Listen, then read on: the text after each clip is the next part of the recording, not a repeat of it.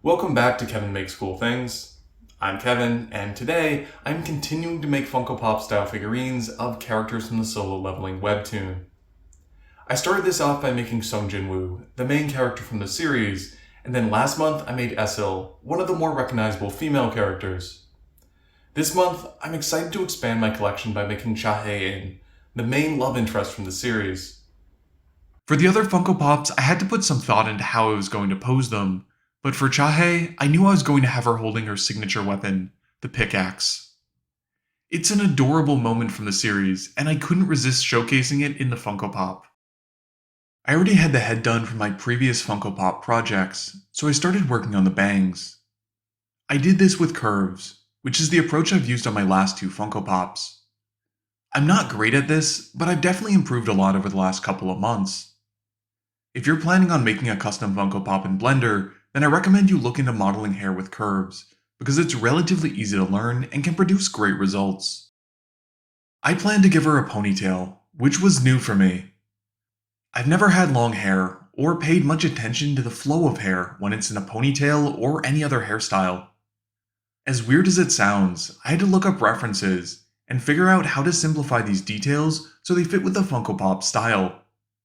I ended up using curves to mimic thick strands of hair being pulled towards the back of the head, where I eventually added a few strands of hair coming out as a ponytail.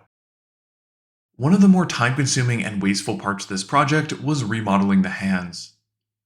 I could have just skipped this and used the same fists I used on my SL Funko Pop, but I'm doing these projects to force myself to learn new skills, so taking the easy way out seems self-defeating. I haven't improved as much with these hands as I have with the hair, but it did go slightly better than last month, which was satisfying. The pickaxe was just a few simple shapes, and I already had most of the body done from my SL Funko Pop last month, so the last major challenge was creating her arms and giving her the poofy sleeves and cuffs we see in the reference. Overall, modeling took me 4 to 6 hours. The hair was 1 to 2 hours, mostly because of the ponytail, and the sleeves, body, and pickaxe took another hour. All the remaining time went into redoing the hands. One final tweak, which probably didn't make much of a difference, was converting the ponytail hair strands into a mesh and merging them nicely into the head.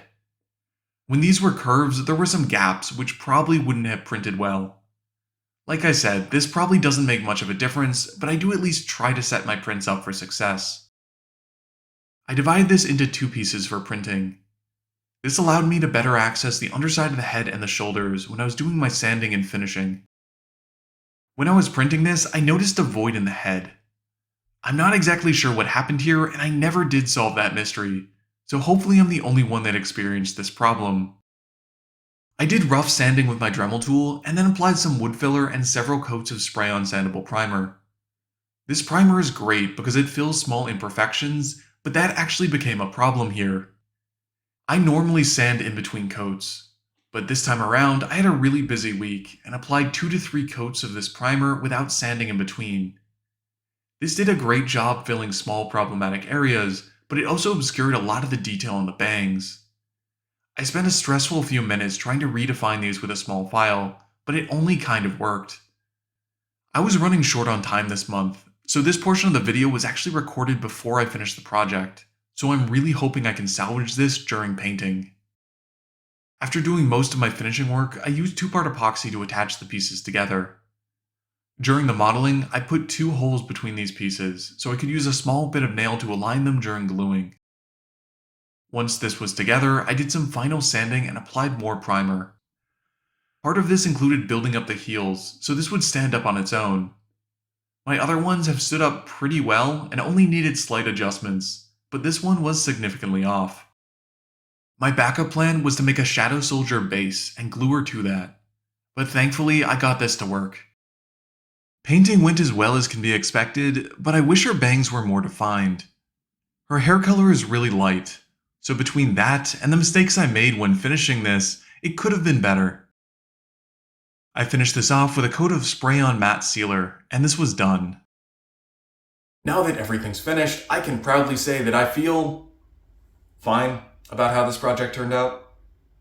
It looks pretty good, all things considered, and this definitely did push my limits, but there's still a lot I could improve on. Going forwards, I intend to continue making Funko Pops, and I want to make Igris and some of the more recognizable shadows, but at least for next month, I'm planning to mix this up with a different kind of project. That's partly to keep this fresh for all of you watching at home, but it also gives me a chance to take a step back and reflect on what I could be doing differently. If you enjoyed this project and want to make your own, I'll post all the files on Thingiverse. There'll be a link in the video description. If you want to support the channel, then go ahead and like, comment, and subscribe. I'll see you all again next month.